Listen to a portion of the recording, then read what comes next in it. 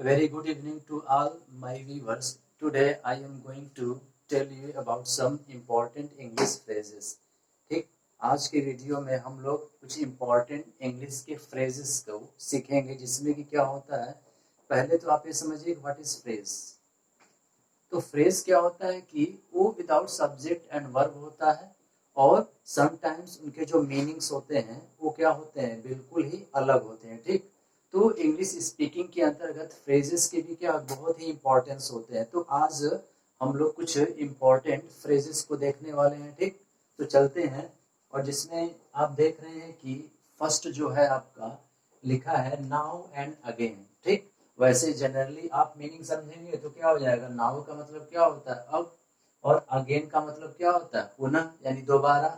But in phrases the meaning will be different, understand. तो देखिए क्या नाउ एंड अगेन, तो मीनिंग क्या होती है, कभी कभी या कभी कभार। ठीक, तो क्या होता है जब इनका आप सेंटेंस में यूज करेंगे तो और भी इस पर एक ग्रिप बनती है। ठीक, तो वही लिखा है पहला नाउ एंड अगेन, कभी कभी या होता है कभी कभार। यदि सेंटेंस फॉर्म करना चाहेंगे तो क्या हो सकता है, he came to my house now and again. ठीक, तो किसी भी वर्ड को जो आपको मिलता है उसका यदि आप सेंटेंस में यूज करेंगे तो उसको और भी आप क्लियरली समझ सकते हो और एक ग्रिप मिलती है। ठीक, दूसरा देखिए लिखा है बैक एंड बेली।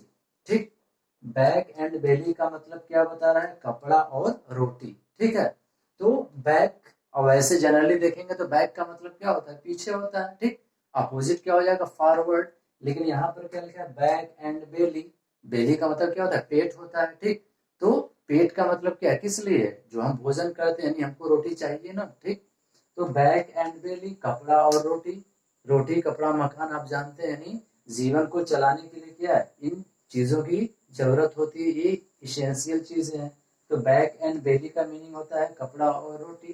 ठीक, तो सेंटेंस बनाना चाहेंगे तो आप बना सकते हैं इजिली।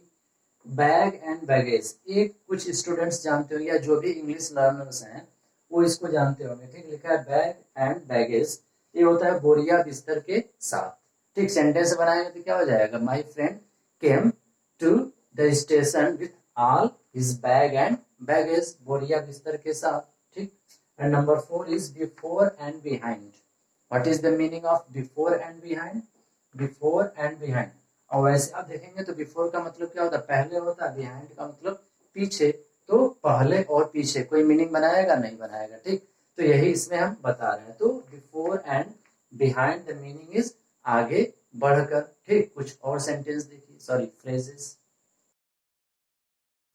फोर्थ हम लोगों ने देखा। ठीक, फिफ्थ देखिए क्या कह रहा है, बेट्रिक्स एंड बिटवीन। ठीक, बेट्रिक्स एंड बिटवीन का मतलब क्या बता रहा है, आपस में आधा आधा। ठीक, आपस में आधा आधा क्या, कोई प्रॉपर्टी हो सकता है या कोई ऐसी थिंग हो, ठीक, जिसको कि आप खा सकते हैं। ठीक, तो अलग अलग कॉन्सेप्ट पर आप सेंटेंस फॉर्म कर सकते हैं। But what is the meaning, meaning क्या है, बेट्रिक्स एंड बिटवीन, तो इसकी हिंदी क्या होती है, आपस में आधा आधा। तो कोई सेंटेंस आप बनाए जैसे कि the father divided money between Beatrix and between. ठीक, फिर लिखा है fetch and carry. What is the meaning of fetch and carry, कह रहा है छोटे रुतबे वाला होना। छोटे रुतबे वाला होने का मतलब क्या, ठीक, फैसिलिटी तो है, ठीक, आपके पास मेटेरियलिस्टिक चीजें तो है, लेकिन एक और भी एक लेवल पर जितना होना चाहिए रुतबा आपका, क्या लोगों पर इन्फ्लुएंस आपका थोड़ा कम है। ठीक, तो वही बता रहा है फेच एंड कैरी।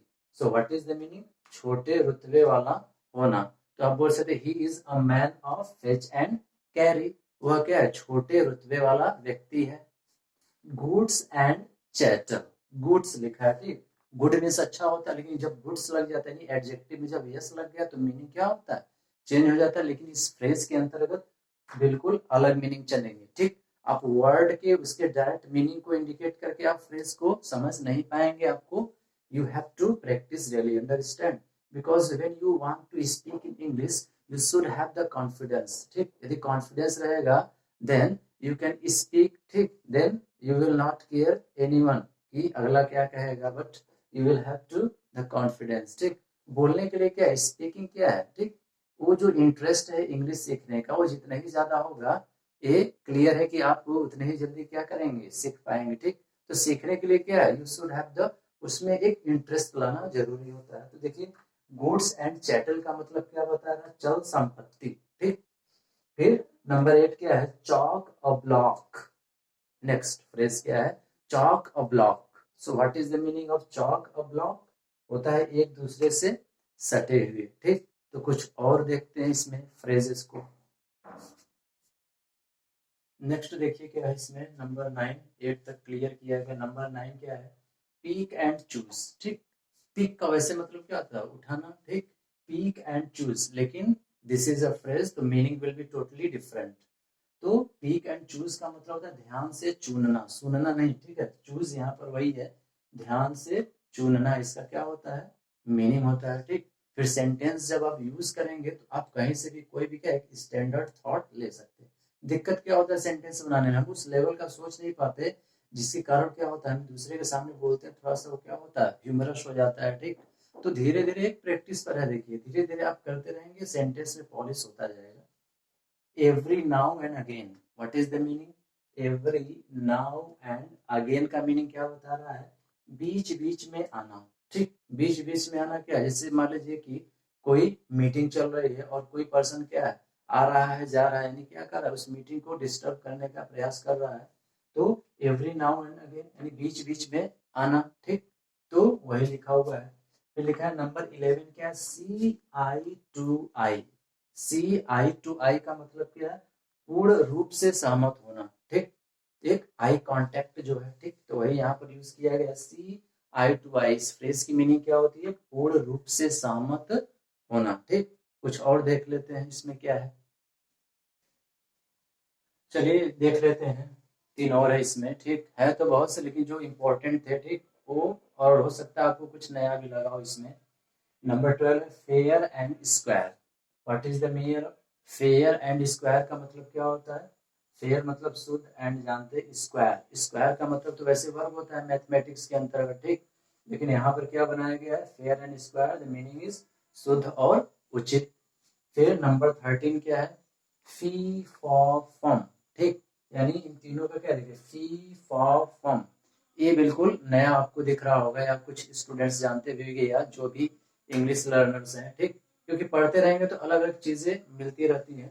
तो देखिए इसका क्या है, बच्चों को डराने के लिए हुड़दंग मचाना, ठीक।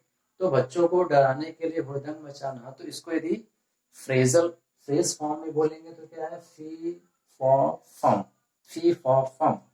And last one is flux and reflux. So what is the meaning of flux and reflux, तो बोल रहा है बड़ा बहस अथवा वाद विवाद। जहां पर क्या होता है, वाद विवाद के क्या होते हैं, कंपटीशन भी ऑर्गेनाइज किए जाते हैं, ठीक। तो इसमें लिखा है फ्लक्स एंड रिफ्लक्स का मतलब होता है बड़ा बहस अथवा वाद विवाद।